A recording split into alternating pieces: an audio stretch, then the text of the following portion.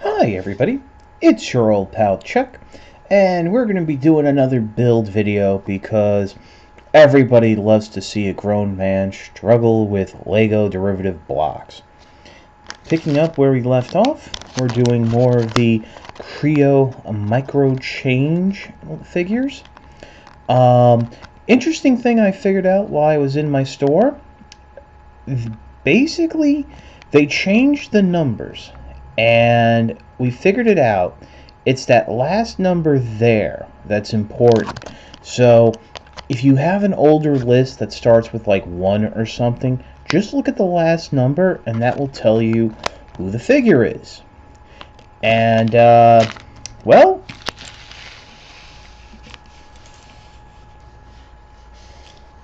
if you can't tell, the number 9 is Sunstorm. Let me pause to adjust the camera and we'll begin. Okay, I gotta be honest, kinda cheated with Sunstorm. I've had him for a couple days now, so I've built and rebuilt him a couple times, so we're not gonna have the struggle like we did with Scorponok. But for sake of continuity, here are the instructions right in front of me. Different little angle for you guys this time, but yeah, let's get into the build. Start off, we're going to do the robot mode, so we're just going to grab his legs, grab his torso. What's interesting is, in the larger Kreo sets, I've noticed that the arms come disconnected, but they pop on and off just as easily due to the ball joint. And you're just going to peg them together like that. Then you're going to come in, grab the wings. These are your typical Decepticon Seeker wings that come with, you know, Thundercracker, Starscream, Skywarp. And pop them on just like that.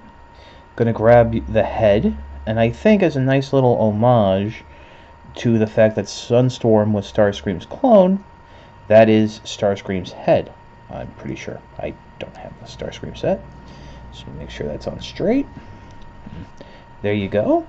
Next step after that, you can go ahead and grab what will be his helmet and just pop it on like so. So it's centered. You know, the snarling face sometimes throws me off. And last but not least, the little null rays. Snap on his arm. Just like that. I'm sure because it's clear plastic over time they may stress, but right now they're fine. Final touch, you do have a couple parts left over. These, as well as this. Now the instructions show you that you can make them into some sort of weapon. Just plug them on like that, and you know, you can hold them. What I like to do is take them, and then, oh, drop that. Take the narrow side and just slot it in to the pegs in the back here. And then put Sunstorm on top. And you have a little standing platform, hoverboard form, whatever. You know, what's interesting is, and it's kind of dawned on me, if you have Thundercracker, Starscream, or Skywarp, and if you have really these extra pieces, these three right here, laying around, you can basically make the other three Seekers transform. We'll pause right here, and then I'll show you how to put them into jet mode. Okay, I gone ahead and disassembled Sunstorm. To start off, we're going to take the legs. We're going to take that little white piece, and with the longer shafts facing out, peg them into the lower holes on the back of his leg. Next, we're going to take the wings, and with the loop going closest to the peg, slot it in like that. Then take his torso, I'm going to make sure I do this in camera, and peg it together like that. Now, I should tell you that it's a little looser fit than when it went around his neck.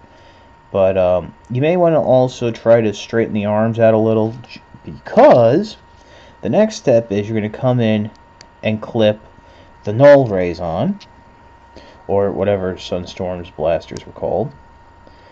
Just like that. Make sure they're kind of straight. You know, unfortunately, this is working with ball joints. That's what happens. And then finally, there's a couple different ways you can do this. Just take the head, peg the orange part in, peg the white part into that, and then peg the head on with the face down. And there you go. You have Sunstorm in his jet mode. Unfortunately, the helmet is left over. Really don't know what you can do with it. Also, if you follow me on Instagram, ChuckDog1999, I did post some photos of an alternate tail fin transformation. So if you want to go and check that out.